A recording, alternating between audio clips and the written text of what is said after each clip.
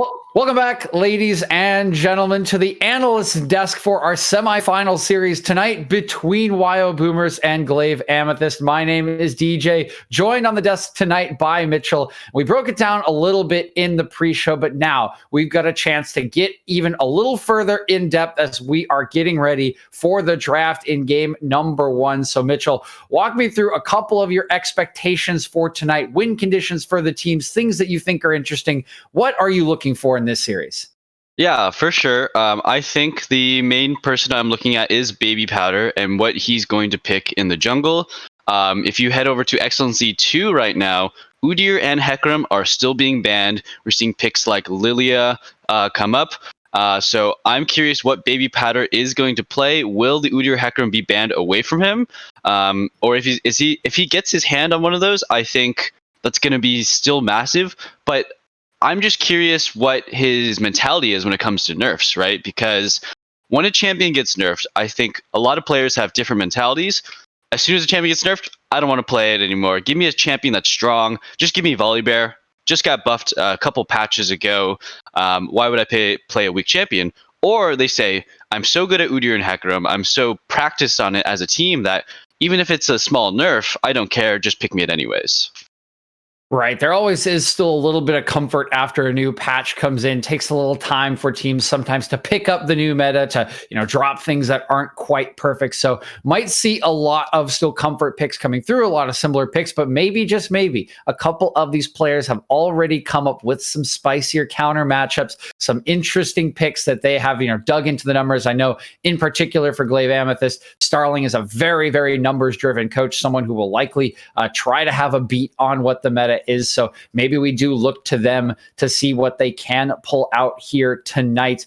Are still waiting on one player to get into draft here for these two teams. So let's take some time to run through some predictions. Necrox is not here with us, Mitchell, but we do know that he was striking out at a 3-1 and he can defend himself later on cast. How are you feeling about these two teams? What are you predicting here tonight? This is going to be a pretty tough prediction because I was really, really impressed with what Wyo showed last week, but I'm going to be going a Glaive 3-0. But it's going to be one of those 3-0s that's not a complete stomp, right? When you look at that scoreline, you usually think, wow, that one team just destroyed the other one, right? But it's going to be one of those 3-0s where I think Wyo will have close games in every single one, maybe get an early game advantage, maybe get a couple team fight wins, but they just won't be able to close out each individual one, and it'll be a very close 3-0. Yeah, I think that very well could be the case. I am going to join Necrox in a 3-1. I think I do very heavily favor Glaive Amethyst. I think they are a really, really good team, just, at every position. And I do think they will just be a little bit too much for Glaive or for WyoBoomers to handle tonight, particularly when they do have 2 weeks to prepare. They got to watch that full series for WyoBoomers against Lotus. So they'll have some ideas about what they want to ban out, what strategies they want to use. The one benefit to that series, I think, for WyoBoomers is they're going to be feeling great coming into tonight. They had such a tight series. There were so many good plays, so many bad plays, so much review for them, but it will just be feeling great to have won a playoff series, to be moving on. And I think that momentum will allow them to find a good draft tonight and at least find one game against Glaive. I just don't think they'll be able to snatch enough momentum and enough really ground in this series to keep up with our number one team. That being said, we should be ready for draft here as Palm Goat has arrived. And there we go. The bans came in very quickly, and we already have a first pick Tristana here, I believe. So yep. Matching our other series, VBO picked it as well on B1, and we see it here for Glaive. So yeah, first pick Tristana, but a fast Nocturne Galio combo. These are both double flex picks. Could go top or jungle for Nocturne. Could even go mid lane for Nocturne, and it could go mid or support for Galio. These are massive global champions. Earlier, we did see in the LCS, TSM do the Nocturne Rel combo as a counter to Tristana. I'm really fascinated if WyoBoomers will pick up the Rel. And a Lilia pickup for the jungle. This is what I was thinking was going to be one of the better junglers, with Udyr and Hecarim being nerfed, but I still think Udyr could be a fantastic pick if Wyo wants it. Yeah, I think it definitely could be. And I'm very fascinated to see what WyoBoomers have up their sleeve. We've heard it from a lot of people that the higher elo you go, the more global ultimates you have, you just win the game. I think it was the Cloud9 assistant coach there, Smithy, who said that one. So we'll have to see if that does ring true. You can just turn off the lights. You make Tristana's life very hard. The Alistair will come through to match the Rel. That is a classic counter pick into the Rel, can just knock her away, can disengage on some of her engage, but it does give away the Galio position. It will be that mid lane Galio for Trinity. So not the typical carry champion we usually see for Trinity, will be much more supportive and a lot more onus looks like it will be on Rosero and the rest of the laners here for WyoBoomers to come away with game number one. Yeah, and I would like to see here, with the Galio locked into the mid lane, the Tristana go mid lane. The Tristana is a great pick into Galio. Galio does not deal well with AD champions, and Tristana just has so much range and priority over a Galio, right? The shove from Galio in the roam is usually what he wants to do, but Tristana has more shove, more early prio, and Galio can't really touch the wave against Tristana. So I also really like the Rel takeaway too, to avoid the Nocturne Rel combo. But both Rel and Alistair were actually nerfed on the recent patch. Less stun duration for Rel on her E, and less damage for Alistair on his combo. So going to be a bit of a weaker draft in terms of just overall power level, but still really good picks from both sides. Yeah, the drafts are looking very interesting here, and I am fascinated to see what they will come up with in phase two to bolster this. Like you said, the Tristana should be really, really good into Galio. They do still have the option, of course, of putting a bot lane. Still a very good lane alongside the Rel. So a lot of flexibility available for Glaive with that pick, but we do see the Orianna Zilean taken away. The Zilean is a favorite of Klonk in the top lane. They'll take that one away. Kaisa and Camille banned away from the Boomers, and they will look for their 80 carry here on R4. Looking for the Jinx. Will they lock it in with 8 seconds remaining? They will. What will be the answer from Glaive? Yeah, the Jinx is really interesting here. I think there are a lot of potential answers for Glaive, because Jinx usually likes to have comps built around her, right? She likes an enchanter. She likes to be able to just play front to back. Glaive right now doesn't exactly have... It's just Rel that's a tank, right? And everybody else can kind of jump around. It's hard to really lock down and pin. So Jinx is going to have an interesting time. And the Kled counter is honestly really good into Jinx. She doesn't do much against that. It's just going to be up to Wyo being able to peel with their CC. But Wyo really wants to go in and abandon the Jinx. Yeah, they kind of do. It's a lot of globals that go very, very far away from Jinx. You can use the Galio ult defensively, but do you really want to use the Galio ult defensively? Probably not. That's probably a bad sign about how your fight is going. So, like you said, really do like this Kled counter pick. And we've talked about Klonk having, you know, a very deep locker of picks available to him. He's been going with some of those AP champions. Instead, we'll go AD, but the Seraphine has gone all the way through picks and bans. Yes, it's no longer as strong as it was on release. A couple of nerfs have come through to her items, to her kit, but nevertheless, still so annoying to deal with in teamfights, particularly if you're someone that likes to sit at the back of the fight and try to stay safe, Mitchell. Yep, definitely likes to stay safe and chill. But, you know, the Seraphine's going to have a lot of people jumping on him, especially with the Malphite. It is an all-go button comp from WyoBoomers. I do like this for a game one strategy. Just catch Glaive when they're sleeping. They haven't played a match in a while now. Just go ham and see if you can outplay them, catch them off guard, continuously put the pressure on them. But Glaive, I mean, they have a really great defensive comp, right? If you're engaging onto us, we have Rel and Lilia and Seraphine just to CC, disengage, run back, kite back. Tristana obviously has multiple jumps into her kit. These comps are very interesting. We'll see who comes out ahead. Yeah, it's going to be very fascinating for me to see how this one does play out. Again, WyoBoomers coming off a lot of momentum. As you mentioned, Glaive have not played a real game in 3 weeks. They didn't play last week because of the bye. Their week 9 matchups, they were already locked into first place, and they were playing VBO, who was locked into second. So we saw some, Master Yi mid, some brand tops and stuff like that. So not really a real game to speak of in a while, going up against a team that just came out of a big best of 5 win. It will be interesting to see if WyoBoomers can take some of the momentum from this composition and pilot that into a game 1 win. The only thing I think I'm concerned about for them, and I think you have implied some concern as well, is what is this Jinx doing in this composition besides shooting a rocket? Yeah.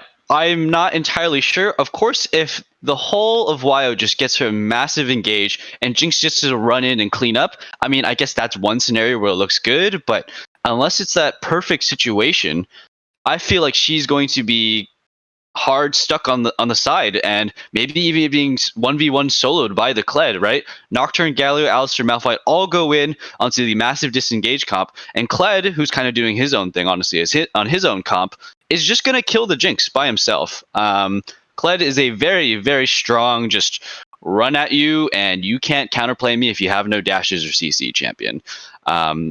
So we'll see how it goes. He has a fairly easy matchup into Malphite. I mean, Malphite can definitely bully him, build armor, and not die to the Kled, but the Kled's never going to get, pressured by the Malphite hard.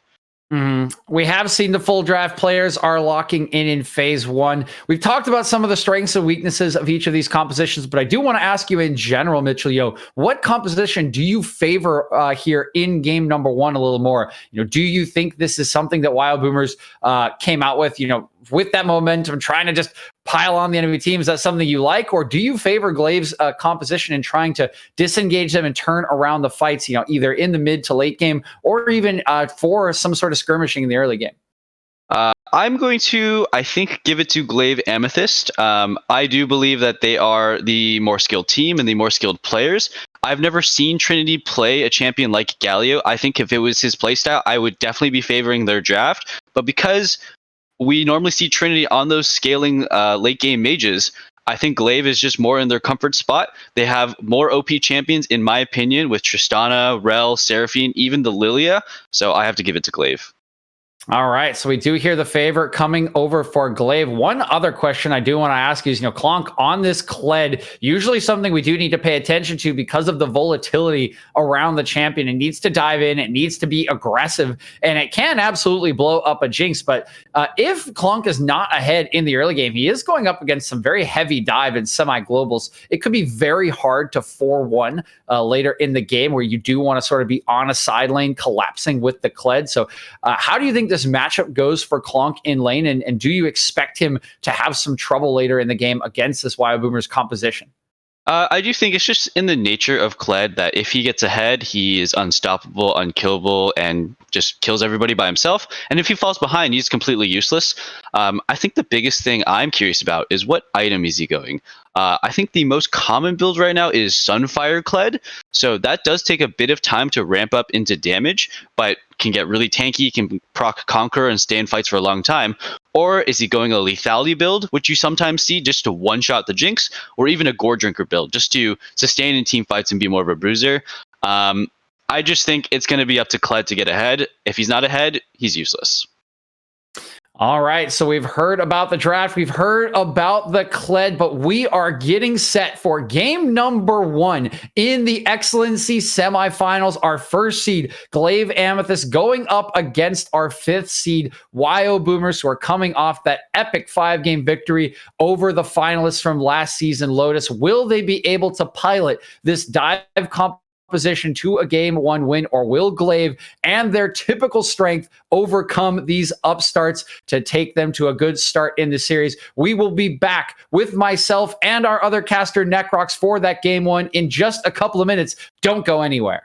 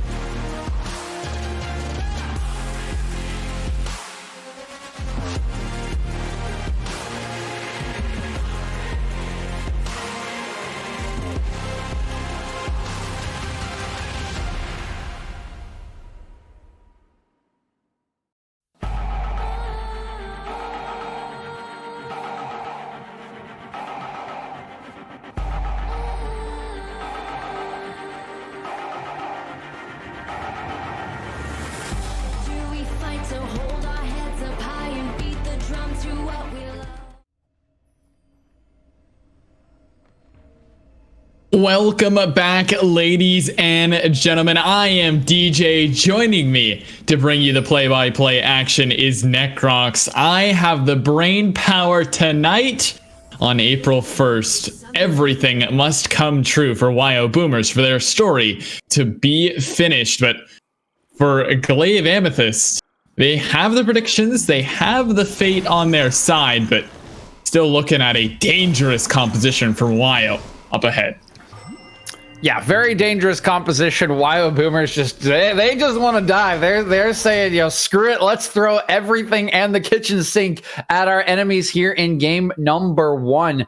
And interesting thing to note here, that Seraphine is an aid, a bot lane Seraphine. POS has taken the Tristana into the mid lane. That could have gone pretty much either way. But as mentioned, as Mitchell wanted, POS will take the Tristana into the Galio, which is a very favorable matchup. And you can see Trinity already a little bit afraid, hugging that mid lane turret of his. Yeah, not wanting to step up too far, as POS can basically just auto-attack him to death, level 1. Even pro players know that at this point. But yeah, this composition, as I was watching the draft go down, there's a couple options that maybe could have been fit here for Palm Goat. I said I wanted to see the Jinx, but not like this, DJ. Not like this. This is not the composition.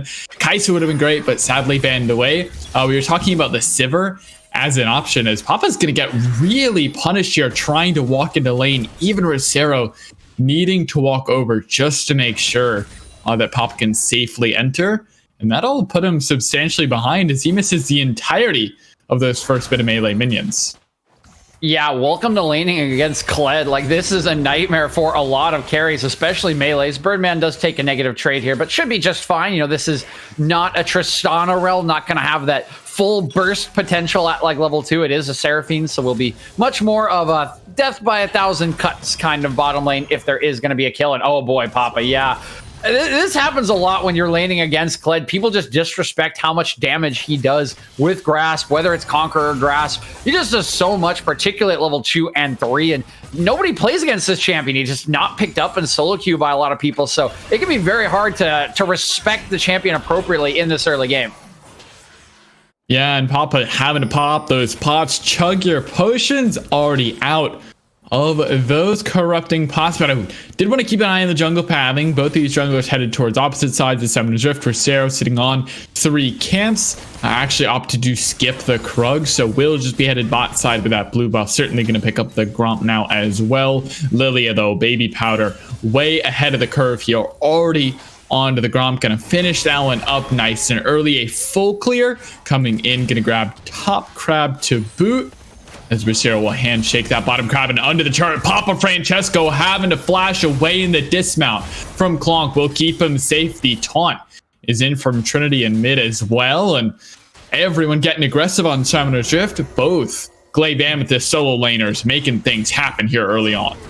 Yeah, I mean, right now, the early game is just a bit of a draft kingdom because literally anyone can be in these champions and performing this well. I mean, of course, the players for Glaive Amethyst are making it better than it could be. Clonk he's probably just going to be fine. He's going to remount. That's why Papa's running away. Yep, there it is. And I mean, look at the CS differential already. Yeah. Papa has 4 CS. Papa has 4 CS, and he's losing the trades to a Malphite that has already TP'd back to lane here, so doesn't have that summoner spell. Meanwhile, mid lane is a 10 CS differential, which again we would expect in the Tristana Galio matchup, but it's just giving so much priority to Glaive across the map. You know, Clonk is likely going to be fine here. He can just flash away if he does get in trouble, but it should be okay. Yeah, just about, as Papa's trying his hardest to run him down, but the Rock doesn't have that kind of mobility, only an extra little bit of speed, as the headbutt pulverize in from Birdman. But as you were saying, Glaive Amethyst really just lane kingdom here, as their draft had set them up for success in this early game. Clonk on the Kled, ever so scary, and he is showing exactly why. Poppin having a TP back with only a cloth armor and taking yet another reset. The man's got 8 creeps. That paycheck is yet somehow smaller than mine, and he is way behind the curve here as Trinity now moving across the map on the Galio, trying to help Rosero secure first dragon. Recall's going to come in for Vark and Trivia, which will give Wyo just enough priority to grab that first objective. Yeah, this is a little bit interesting. Pomgo, she has flash. She should be fine regardless. I do like what WyoBoomers are doing here, using their bot lane priority in the early game. You know, Jinx is very strong, has range to contest with the Seraphine, and has very good wave clear on the Rockets. So a lot of mana expended, but it is used to pick up the objective, because the one place that WyoBoomers do have pressure, where they do have, you know, a winning lane, or at least at the very least an even lane, is this bottom lane where Pomgo farming up nicely, has that push, and he will help Rosero get himself an objective. It does leave him behind in CS, and now we might have a top lane play here from Baby Powder. Baby Powder's arriving, has the abilities to do so. Twirl Seed, and it's easy pickings onto the Malphite. First blood to Glaive Amethyst.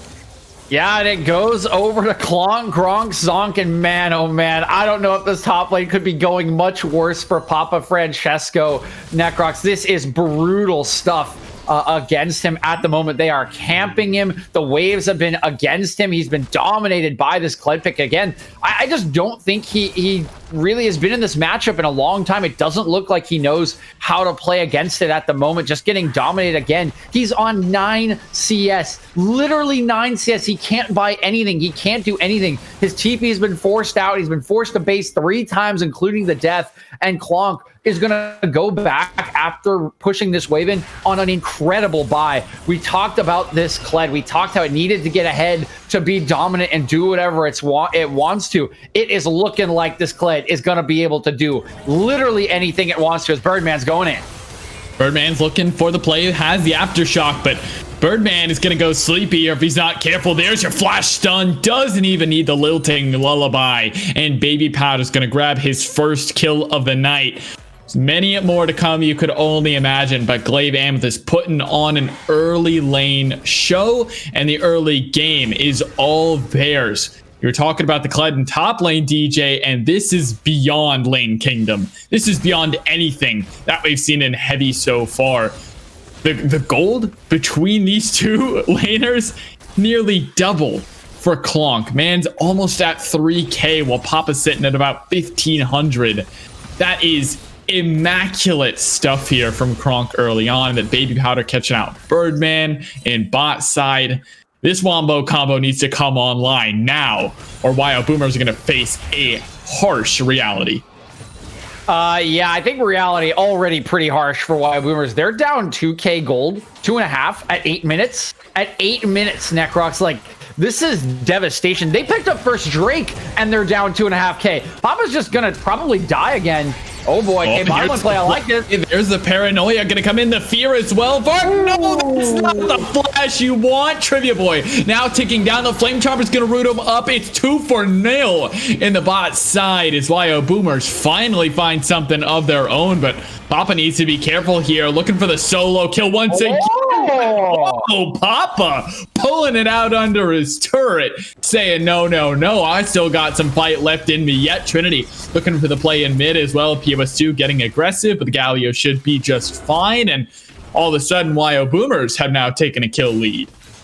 Yeah, it's a kill lead for Wyo. Going to get a lot of plates. It was a 2K gold lead, now under 1K, or sitting right around 1K.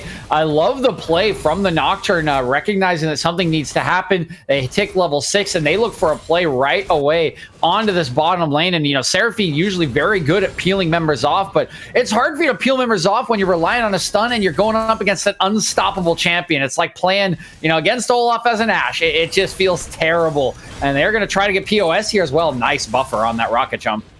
POS going to be just fine. Rosero trying to chase down here, actually. Can he get the kill? POS forced to flash. Buster shot is in. Goodbye. That is a nightmare and a half for Rosero. He couldn't outplay the ticking time bomb that was on his head, and greed will cost him his life. And you can see Baby Powder waiting in the wings, but Birdman is here as well. This could be a 2v2, and here we go. Trinity looking for the flash forward. The taunt is there as well. Birdman headbutt pulverize. That's one.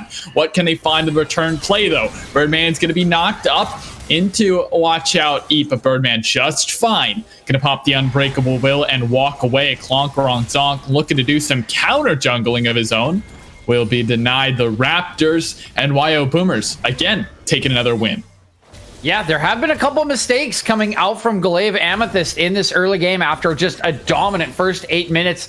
They get caught out, and what was a very good bottom lane play, not too upsetting there, getting caught out by a Nocturne. That's pretty much just what happens with Nocturne, but Clonk gets caught out, solo killed in top side, going a little bit too far to try to get the second kill. Now there's this mistake in mid lane, not respecting Birdman's roam.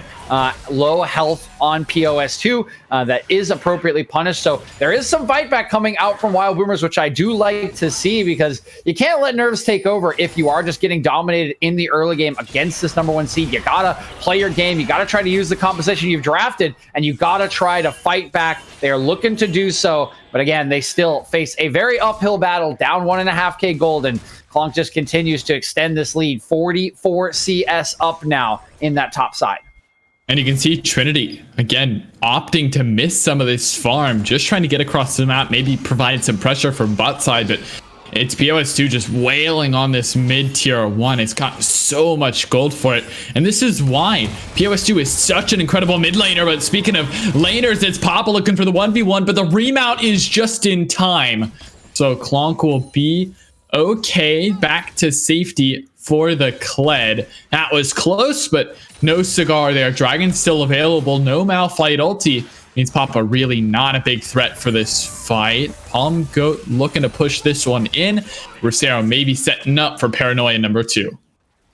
Yeah, Rosero's now hanging around again. This is going to be identified as a win condition for WyoBoomers. They need to get stacking something here. Already down gold against a comp that should scale just fine with the Seraphine healing, with the Tristana. They want to stack these Drakes. Rosero is already there to take this one away. Birdman in the bottom lane, Palm Goat coming up as well. Again, the one lane with push here for WyoBoomers is making things happen around the bottom side. It looks like they will take the second Drake, and Glaive just not really interested in even fighting for this one. It looks like there might be a trade of the Rift Herald as Baby Powder's hovering around that one. So maybe just going to put priority on the Rift Herald instead and potentially try to snowball Clonk out of control by taking down the first turret in top side. Yeah, that would be the move here. You just got to get this Kled to a point where he can 1v1 the Jinx, right? This is the member that's going to be left alone, but now Vark under his turret has no flash, remember? He failed it earlier on. The dive may not go the way they wanted. Vark, sure, he'll fall, but does Palm Goat die in the back end? No, the turret cannot find another shot, and here comes the TP in from Clonk, and he's arriving to the fight. Trinity's now going to come in with that hero ultimate. Can he be a hero to save Palm Goat, though? He's already so low. Over the wall comes POS2. The resets, the rocket jump is good, and it's a double kill on over to Clonk, making a triple if he can grab this one. Indeed, now they're on the hunt for Papa, who had TP into the fight but had no ulti. Remember, he's flashing away from the bear trap on a rope, somehow getting to safety, but Baby Powder summons Shelly in mid lane, and WyoBoomers are crumbling at the seams. Yeah, I like the attempt. I like the intent from WyoBoomers. They want to pile on to the lane that is winning. You've got Palm Goat ahead. You've already taken those 2 Drakes. You killed Vark once. So let's go dive it again, right? Even if it's under turret, it's just a Seraphine and a Rel. We can probably try to take them down as the thought. And again, when you're already this far behind, you need to make things happen. But they're just not respecting here, just like says he is so dead. It's actually funny to witness. Whoa, okay, POS. Calm down, buddy. Not sure you want to give that one to the Jinx. Maybe looking for some sort of an escape route, but POS2 will drop, no problem. And Palm Goat now sitting at 3-1. Yes, that dive, I wouldn't call it necessarily super successful, but the Jinx has 3 kills. Full Kraken Slayer online, and this is when Jinx can become a little scary. When her game is accelerated, as you just saw, excited is exactly how Palm Goat is feeling about the rest of this game.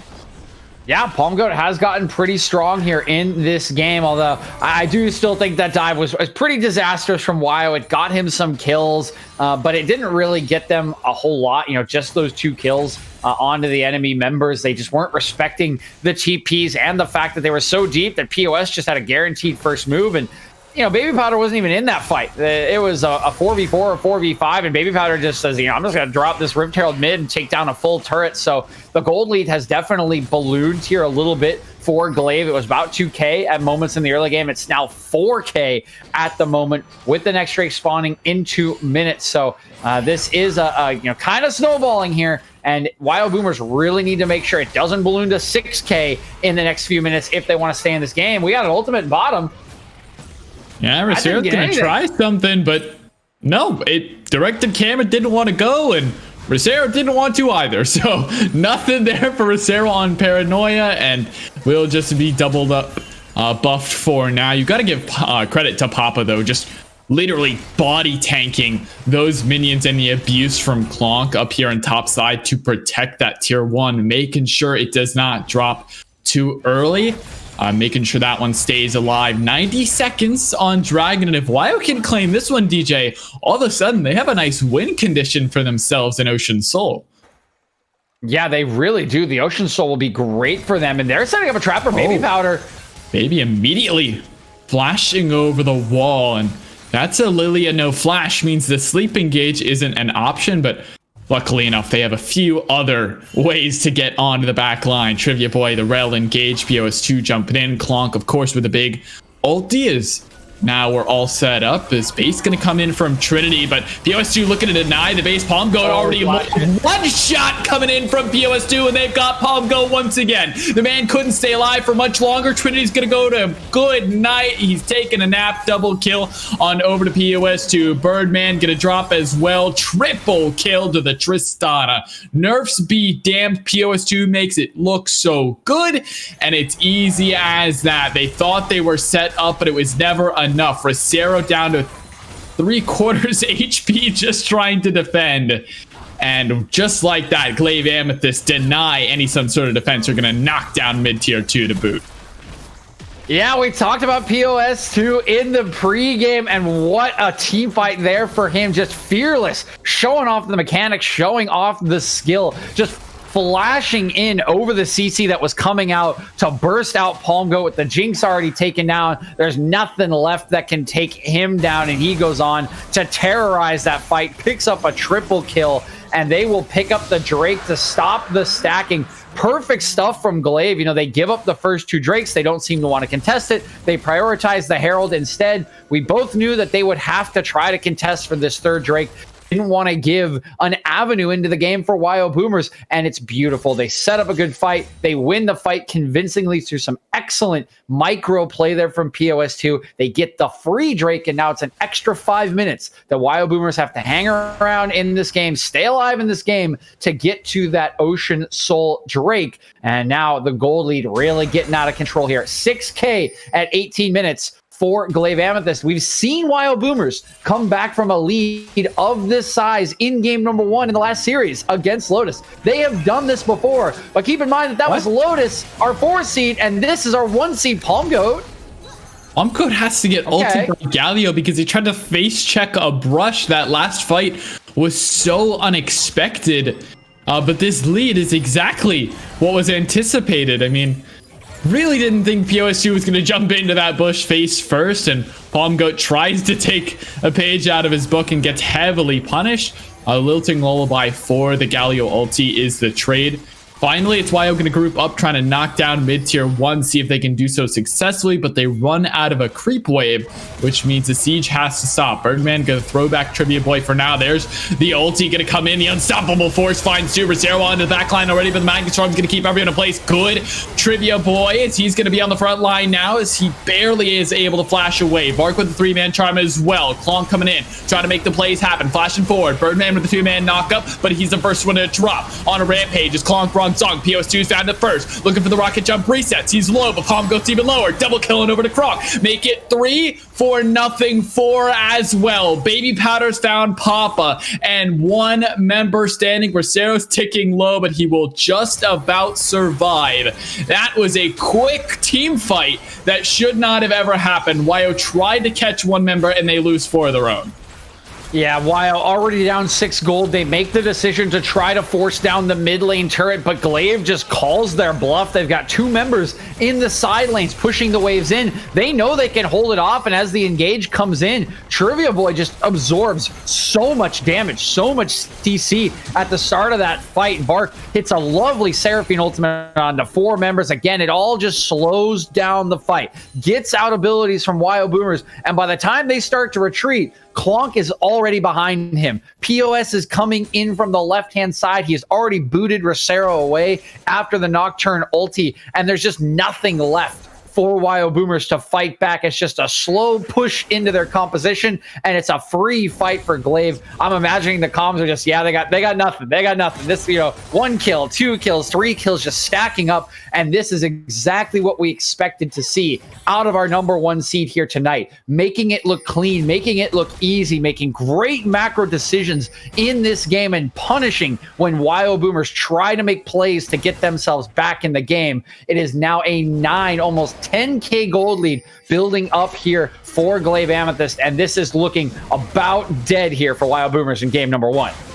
They got one more shot to make things happen. Try to get yourselves a win condition in Ocean Soul, and they've made some dents in the armor here. There's some cracks that they've exposed, but I'm not sure they're big enough. They haven't pried open the armor really here from Glaive Amethyst. They just look too good. Every time Wyo have to make a decision, it's Glaive Amethyst that are still there. They're ready for the fight. They're ready for the play, and they returned so well. Vark with a big flash ulti there in the last team fight to turn that one around. 3-man on court, and Palm Goat struggling to get 2 items even after starting this game so well. Vark has just found so much use with the Moonstaff combination. They try to knock down tier 1 once again, and this time again going to be unsuccessful. Birdman already at half HP, trying to go back in. That's a big knockup. Which unstoppable force. This might be a one-shot combo. The Encore going to keep everyone healthy for now, but Baby Powder's going to die. He's been shut down by Trinity, and it's found a 2 for 3. But now's the time for the re-engage for POS2. He's found 1. He's found 2. Looking for more. Double kill. Papa forced to flash away, and once again, DJ, they try to make the play.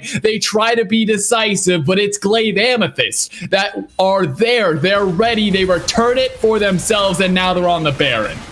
Wow, that was about as good of a fight as Wyo could have asked for, and because they are so far behind, they just get smacked by the wallets of Glaive Amethyst. I mean, that was gorgeous. Birdman looked dead. All the CC, the slows coming out, but he's baiting them. He's setting them up for the wombo combo as they run forward, thinking, oh yeah, we got the support. We got him picked. This is easy. Turns around, 3-man combo into the 3-man knockup from Papa Francesco. Beautiful communication from WyoBoomers. They get a reset onto Palm Goat even in the fight, but the 2 members that didn't get knocked up by that combination, the carries in this game, Clonk and POS2, set up for success all game, carrying the fights all game, and once again, they come into the fight late, they come into the fight from the flanks, and with everyone already low, once Palm Goat goes down, there's nothing left for WyoBoomers, and they just get run down by these 2 incredibly fed members. Clonk is 8-1-6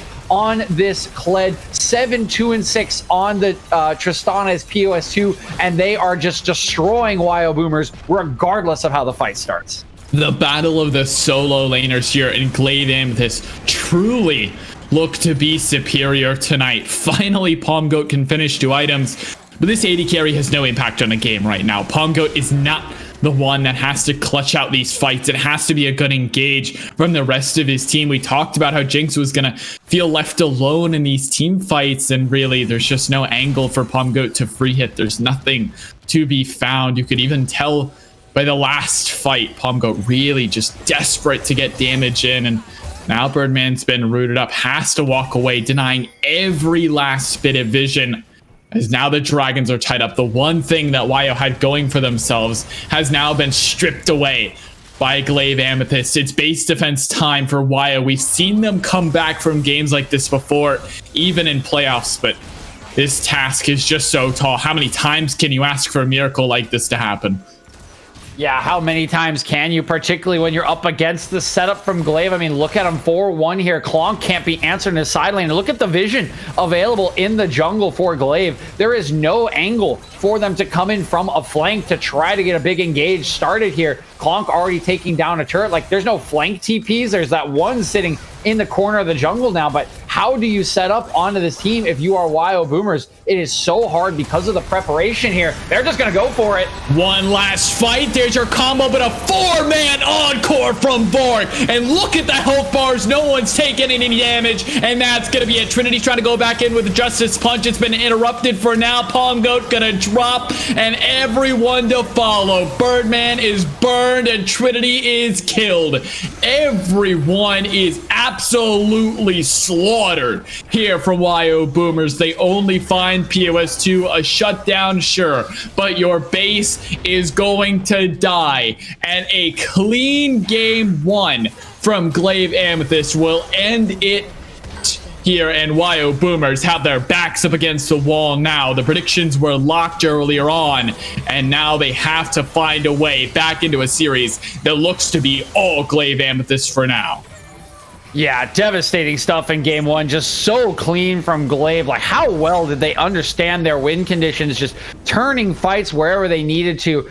Again, I think WyoBoomers actually found decent angles for those fights, right? They got the 3-man knockup into the Wombo combo that they drafted for themselves. You know, Birdman in, Papa Francesco on top, Trinity on top, Palm Goat looking for the reset. They got that fight in mid lane. That was the one, but they're so far behind. You know, imagine if that fight is on even gold.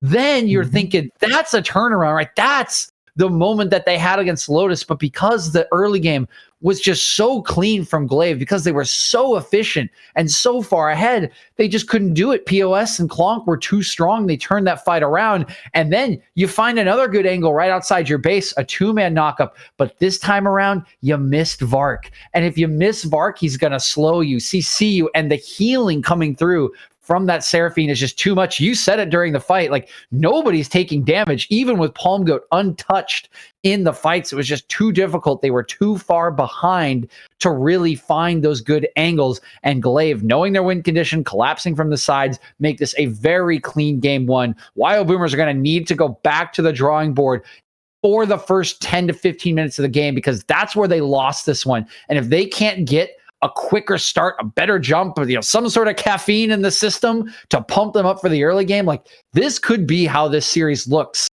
if there's not changes.